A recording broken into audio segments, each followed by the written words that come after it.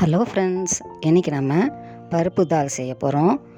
அதுக்கு தேவையான பொருட்கள் 50 கிராம் துவரம்பருப்பு, 2 வெங்காயம், தக்காளி 4 எடுத்திருக்கேன். பெரிய தக்காளி இருந்தால் 2, 4 பச்சை மிளகாய், துருவின தேங்காய் 1/2 கப், சீரகம் 1 ஸ்பூன், மஞ்சத்தூள் 1 ஸ்பூன், உப்பு தேவையான அளவு, இஞ்சி பூண்டு பேஸ்ட் 1 டீஸ்பூன், நெய் 1 table spoon, lemon juice 1 table spoon, எண்ணெய் தேவையான அளவு, கருவேப்பிலை, கொத்தமல்லி.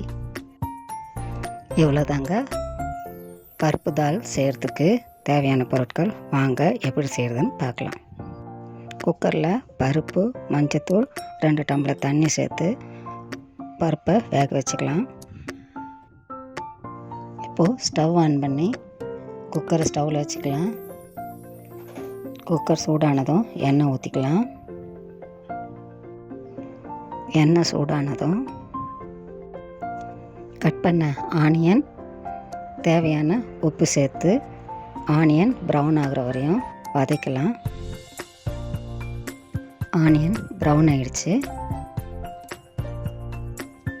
இப்போது தக்காளி, பச்சை மிளகாய் சேர்த்து வதக்கலாம்.